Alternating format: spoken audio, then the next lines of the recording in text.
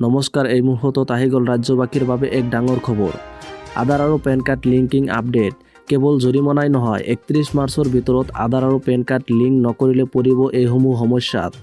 31 March 2023 ভিতৰত আধাৰ card আৰু PAN card link কৰিব লাগিব। এই সময়ছোৱাৰ ভিতৰত আধাৰ কাৰ্ডৰ সৈতে পান কাৰ্ড লিংক নকৰিলে পান কাৰ্ড অচল হৈ পৰিব। আধাৰ আৰু পান কাৰ্ড বৰ্তমান ভাৰতীয় লোকৰ আটাইতকৈ গুৰুত্বপূৰ্ণ নথি। আয়কৰ বিভাগৰ ফালৰ পৰা কোৱা হৈছে 31 মাৰ্চ 2023 ভিতৰত আধাৰ কাৰ্ড আৰু পেন কাৰ্ডটো লিংক কৰিব লাগিব। এই সময়ছোৱাৰ ভিতৰত আধাৰ কাৰ্ড আৰু পান কাৰ্ডৰ সৈতে লিংক নকৰিলে পান কাৰ্ড অচল হৈ পৰিব। আৰু পেন কাৰ্ড অচল হৈ পৰিলে আপোনাৰ 10 সংখ্যাৰ আলফানিউমেৰিক পেন নাম্বাৰটো আৰু কোনো আৰ্থিক লেনদেনৰ ক্ষেত্ৰত ব্যৱহাৰ কৰিব নোৱাৰিব।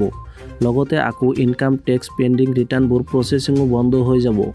কেৱল সিমানেই নহয়, নিৰ্দিষ্ট সময়ৰ ভিতৰত আধাৰ কাৰ্ড আৰু পেন কাৰ্ডটো লিংক নকৰিলে 1000 টকা জৰিমনা ভৰিব লাগিব। 2022 চনত আধাৰ আৰু পেন কাৰ্ড লিংক কৰাৰ সময়সীমা 31 মাৰ্চৰ পৰিৱৰ্তে বৃদ্ধি কৰি 30 জুন কৰা হৈছিল। সেই সময়ত কোৱা হৈছিল 30 জুনৰ ভিতৰত লিংক নকৰিলে 500 টকা জৰিমনা কৰা হ'ব। কিন্তু তেতিয়া দেখা গৈছিল এই নিৰ্দিষ্ট ডেডলাইনৰ ভিতৰত মানুহে পেন কাৰ্ড আৰু আধাৰ কাৰ্ডৰ সৈতে লিংক কৰা নাছিল, যাৰ বাবে পৰৱৰ্তী সময়ত এই সময়সীমা বৃদ্ধি কৰি 31 মাৰ্চ 2023 কৰা হয়। এতিয়া এই সময়ৰ ভিতৰত যদি আপুনি পেন কাৰ্ড আৰু আধাৰ কাৰ্ডটো লিংক নকৰে, তেন্তে কি হ'ব আপোনাৰ? 1000 টকা জৰিমনা হোৱাৰ উপৰি আৰু কি কি সমস্যা হ'ব পাৰে চাওক। আধাৰ কাৰ্ডৰ সৈতে পেন কাৰ্ড লিংক নকৰিলে আপুনি আয়কৰ ৰিটাৰ্ণ ফাইলসমূহ কৰিব নোৱাৰিব। যদি দুয়োখন নথি লিংক কৰা নাথাকে, তেন্তে আয়কৰ বিভাগে আপোনাৰ ITR ৰিজেক্ট কৰিব পাৰে। ফলত ITR ফাইলিং বাধাপ্ৰাপ্ত হোৱাৰ লগতে টেক্স ৰিটাৰ্ণ পোৱাত সমস্যা হ'ব। আপোনাৰ পেন কাৰ্ডৰ সৈতে যদি আপুনি আধাৰ কাৰ্ড লিংক কৰা নাথাকে, তেন্তে আপুনি একাধিক চৰকাৰী সুবিধাৰ পৰাও বঞ্চিত হ'ব।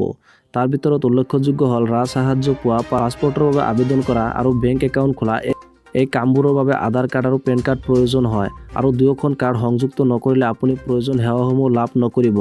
যদি আপুনি আধাৰ কাৰ্ড আৰু পেন কাৰ্ডটো লিংক নকৰে, তেনেহ'লে আপোনালোকে চৰকাৰী যিসমূহ সা সুবিধা আছে, সেইবিলাক আপোনালোকে নাপায় আৰু আপোনালোকে একাউণ্ট খুলিব নোৱাৰিব। তাৰপিছত আপোনালোকে পাছপোৰ্টৰ কাৰণে আবেদন কৰিব নোৱাৰিব। আৰু পেন কাৰ্ডৰ লগত লিংক নকৰা থাকিলে আপুনি নতুন পান কাৰ্ডো নাপাব। কোনো কাৰণত যদি আপোনাৰ পেন কাৰ্ডটো কোনো ভুল থাকে বা আপুনি সেয়া হেৰাই পেলাইছে, তেন্তে আপুনি নিশ্চয় পুনৰ পান কাৰ্ডৰ বাবে আবেদন কৰিব। কিন্তু নতুন পেন কাৰ্ডৰ বাবে আবেদন কৰিবলৈ আপোনালোকৰ পেন কাৰ্ডৰ লিংক কৰাটো বাধ্যতামূলক হ'ব, অন্যথা আপুনি পেন কাৰ্ড লাভ নকৰিব।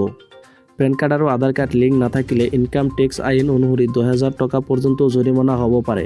ইয়াৰ উপৰি আপুনি যদি 31 মাৰ্চ 2023 ভিতৰত পেন আৰু আধাৰ কাৰ্ড লিংক নকৰে, তেন্তে আপোনাৰ পেন কাৰ্ডটো অচল হৈ পৰিব। ফ্ৰেণ্ডসকল, আপোনালোকে অতি শীঘ্ৰে আধাৰ কাৰ্ড আৰু পেন কাৰ্ডটো লিংক কৰক। যদি আপোনালোকে আধাৰ কাৰ্ড আৰু পেন কাৰ্ডটো 31 মাৰ্চৰ ভিতৰত লিংক নকৰে, তেনেহ'লে আপোনালোকে 2000 টকা জৰিমনা ভৰিব লাগিব। ফ্ৰেণ্ডসকল, আপোনালোকক জনাবলগীয়া আজিৰ ভিডিঅ'টোত এইখিনি আছিল। ভিডিঅ'টো ভাল লাগিলে এটা লাইক কৰিব আৰু এনেকুৱা ধৰণৰ ভিডিঅ'ৰ আপডেট সদায় পাই থাকিবলৈ চেনেলটো ছাবস্ক্ৰাইব কৰি ৰাখিব। ধন্যবাদ।